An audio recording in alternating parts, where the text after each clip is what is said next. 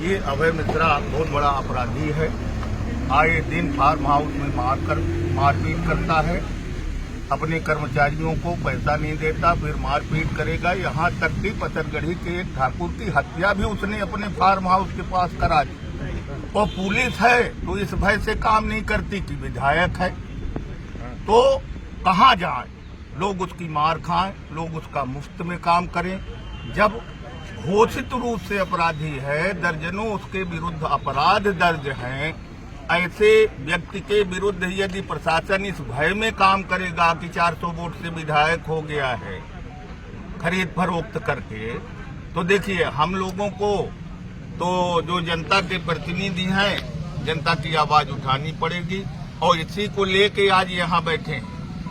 ऐसे अपराधी को देखिए, पूरा शरीर छलनी कर दिया है मार मार के।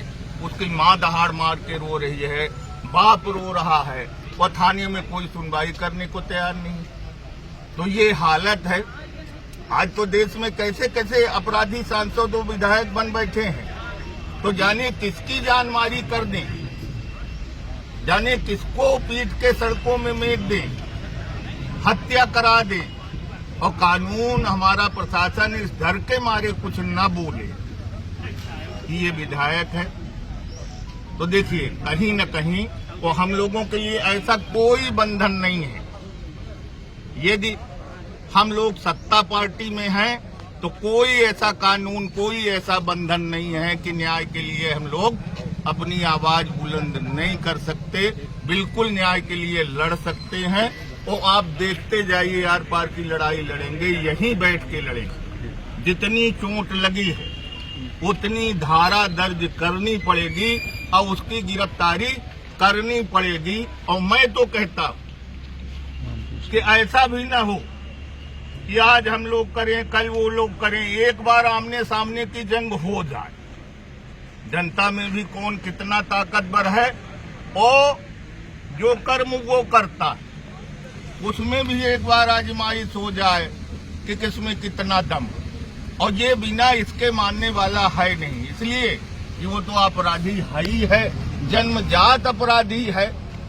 जब 12-14 साल का था तब से उसके विरुद्ध अपराध दर्ज हो रहे हैं और आज तक उसका वही कर्म है। अब तो प्रशासन का संरक्षण उसे प्राप्त है, आए दिन वो ये काम करता है, कोई डर के मारे रिपोर्ट नहीं करता।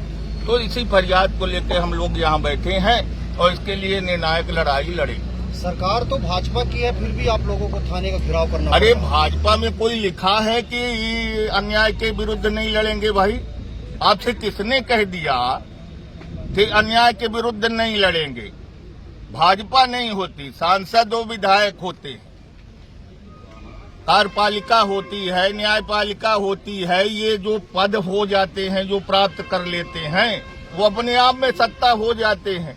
तो आज वो 400 वोट से विधायक बन गया है सिमरिया का, तो सिमरिया की सत्ता तो वो है, हम लोग विरोध में हैं। मतलब चौराटा पुलिस उनके दबाव में काम कर रही थी? बिल्कुल नीरा दबाव में, नीरा दबाव में है। या तो जानते हैं वो बहुत बड़ा पूंजीपति भी है, बहुत बड़ा शराब का सौदागर भी है, जाने क्या क्या है।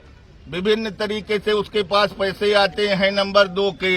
तो किस प्रलोभन में है पुलिस या किस दबाव में है, ये पुलिस जाने, वो जाने।